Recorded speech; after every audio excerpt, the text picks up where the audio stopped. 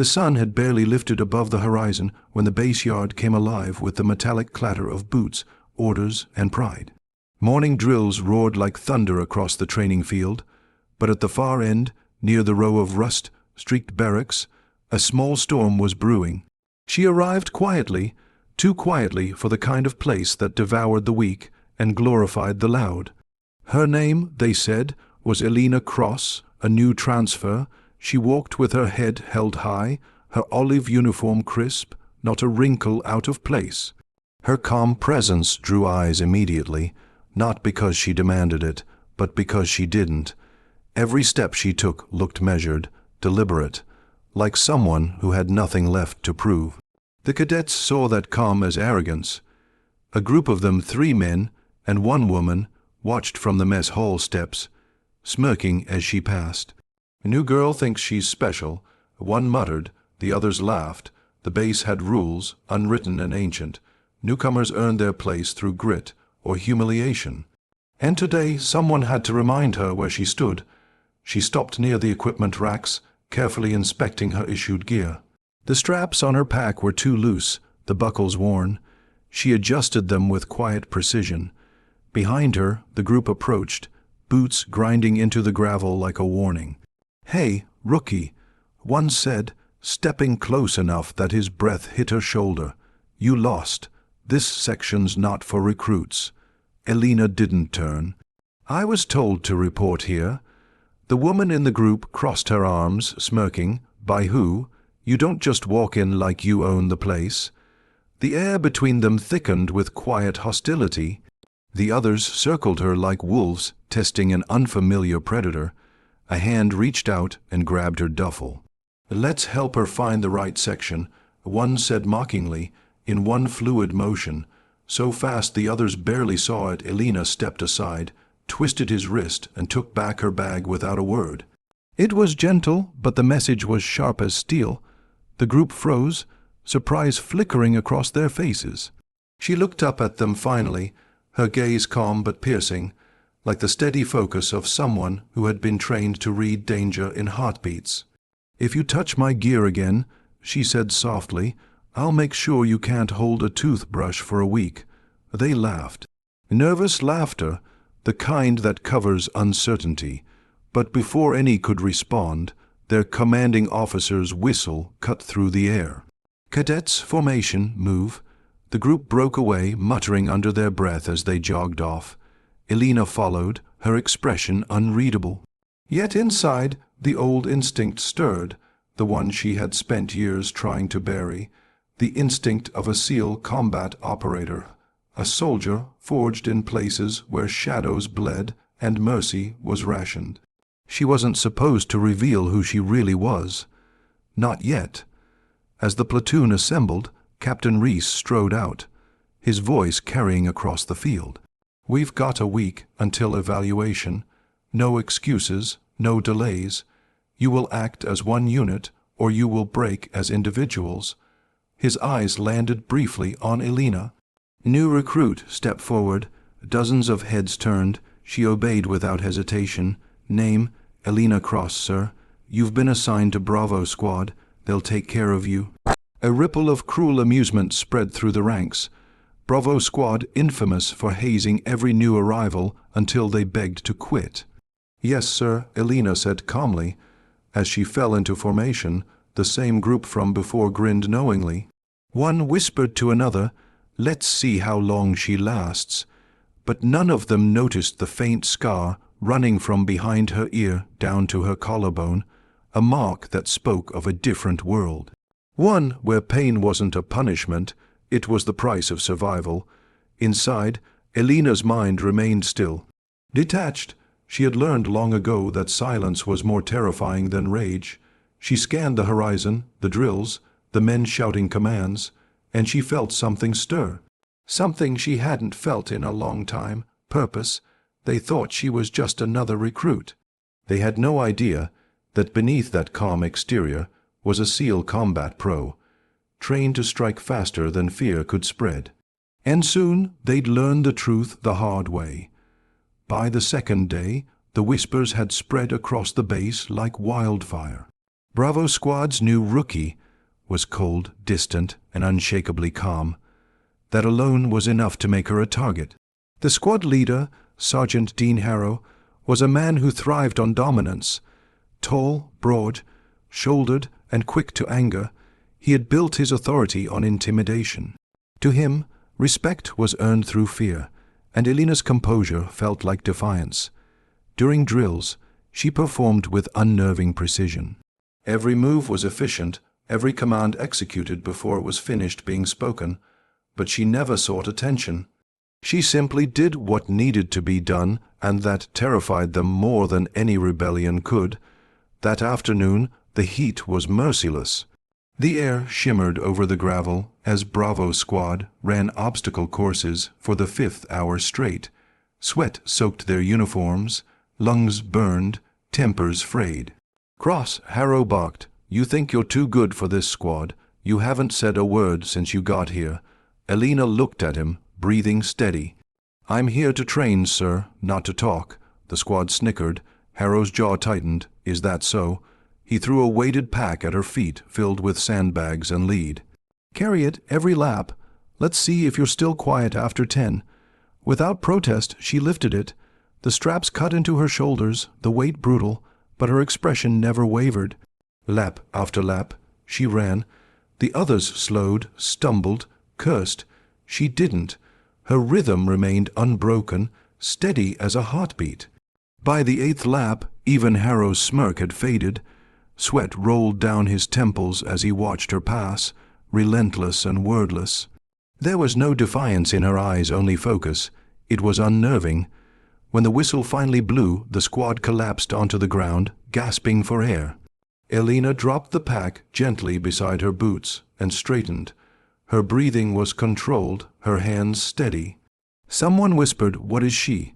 That night, while the barracks hummed with exhausted chatter, Harrow gathered his squad.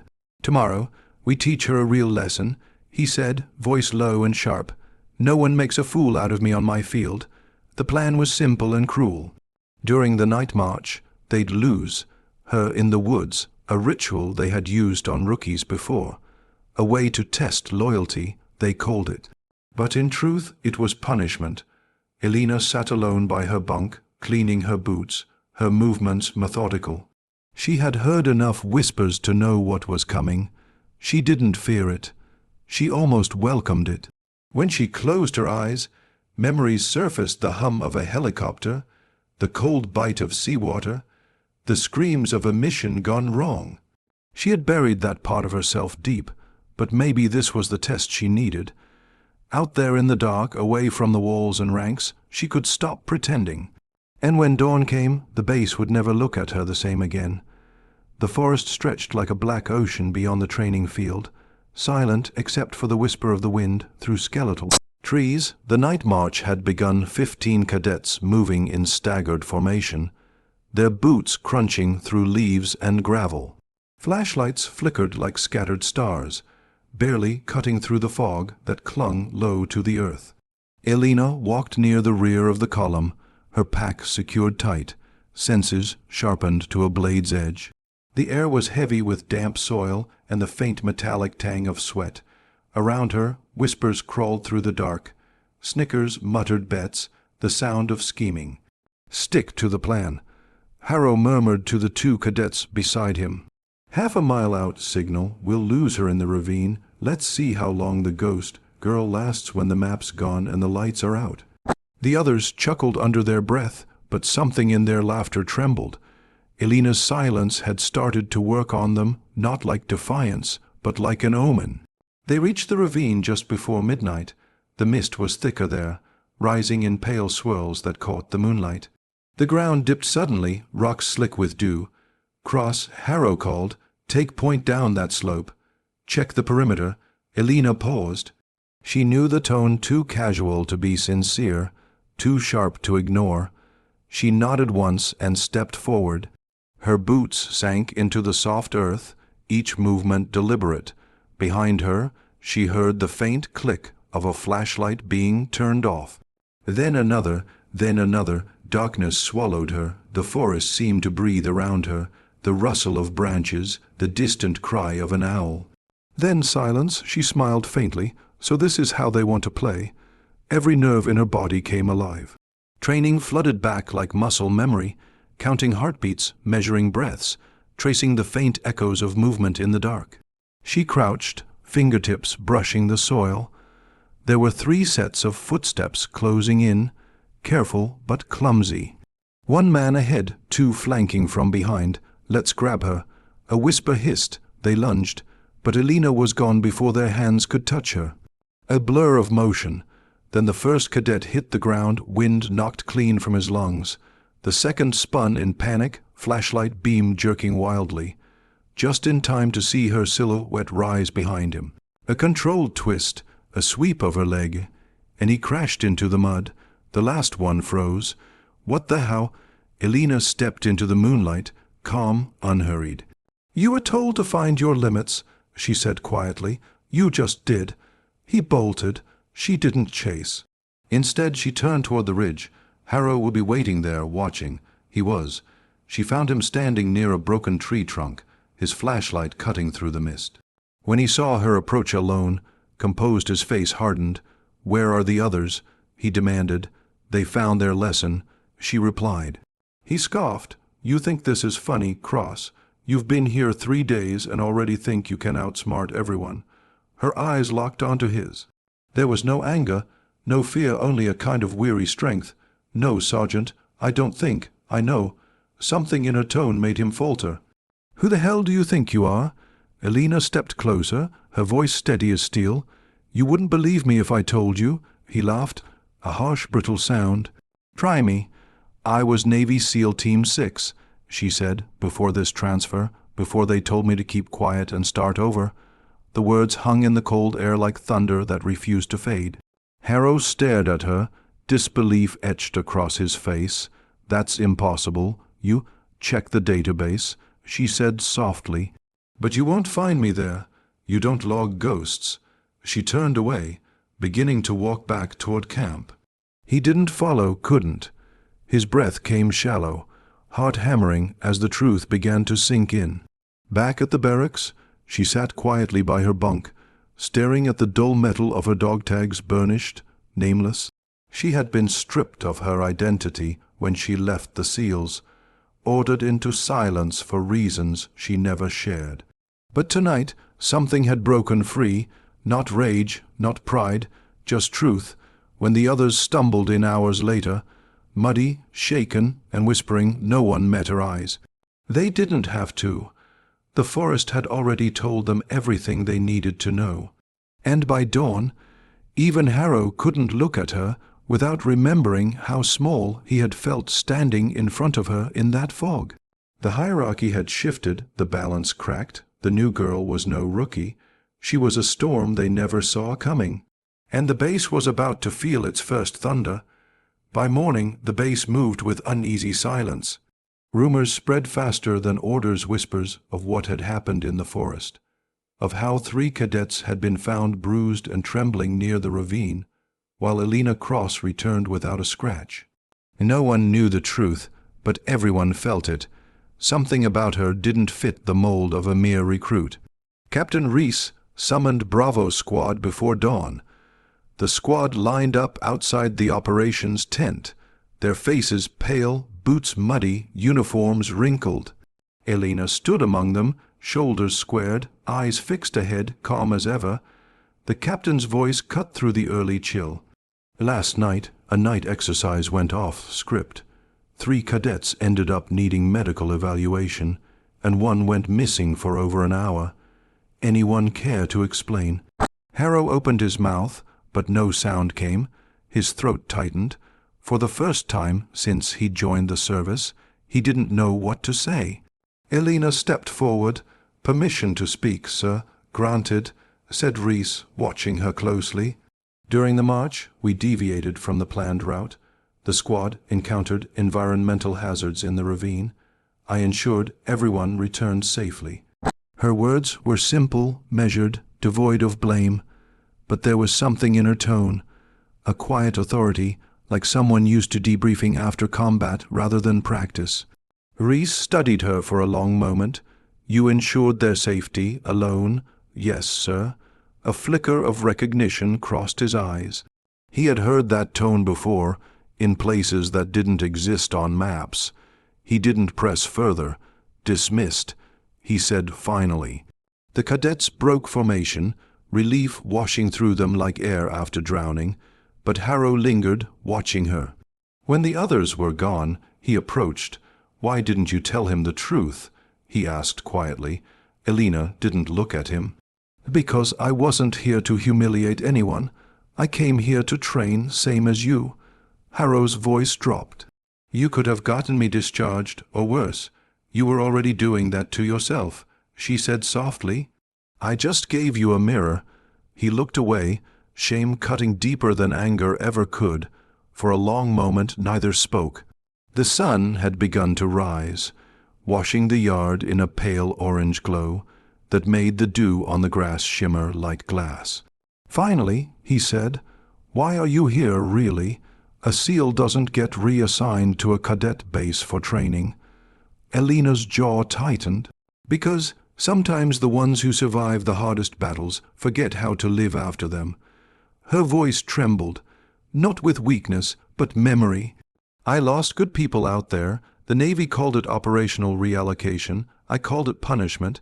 She turned to face him fully now, her eyes glassy but unflinching. "They told me I needed to remember how to be human again, to lead without breaking, to listen before I strike. So here I am." For the first time, Harrow saw the weight behind her stillness. Not arrogance, but grief held together by discipline. A wound stitched with silence. He swallowed hard. "You could have destroyed me out there." "I could have," she agreed. "But what would that prove? You're not my enemy. You're my lesson." Later that day, when the squads assembled for weapons drills, something had shifted. Bravo's squad no longer mocked her.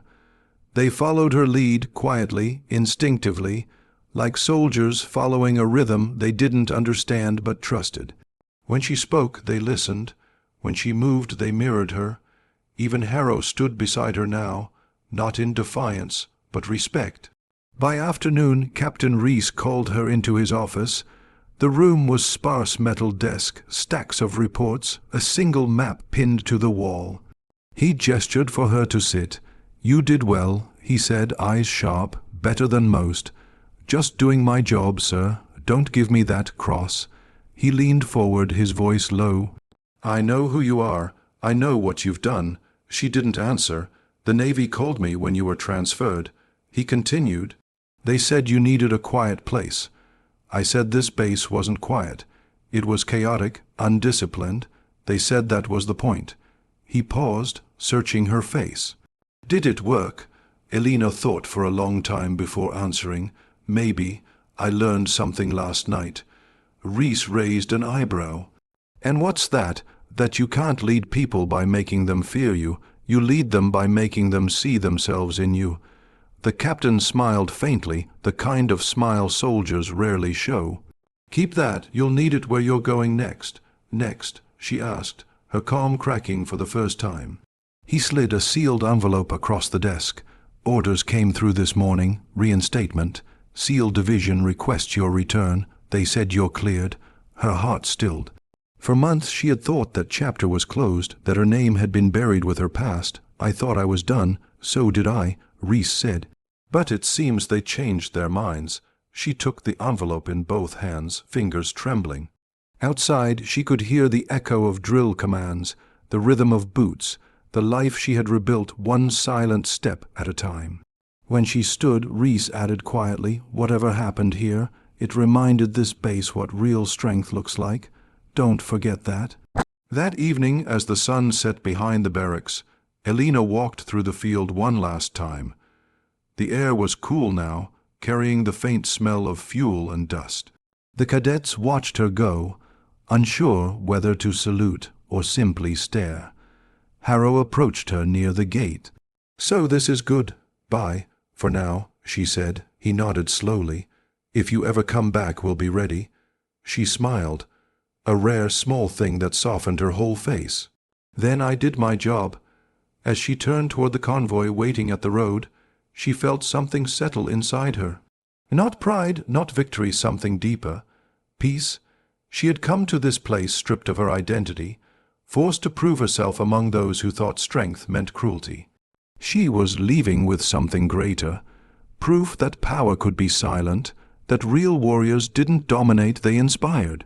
When the engine roared to life and the vehicle rolled out beyond the base gates, the cadets stood watching until the dust settled.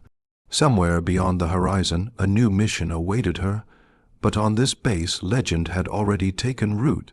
They would tell the story again and again about the quiet woman they tried to break, only to discover she was a SEAL combat pro who'd been rebuilding her humanity all along. And for years after she was gone, whenever a new recruit arrived, someone would whisper her name, Elena Cross, and remind them what true strength looks like when it walks among ordinary soldiers. Silent and unshakable, ready to strike only when necessary, the wrong new girl, they once called her. But in truth, she had been the right one all along.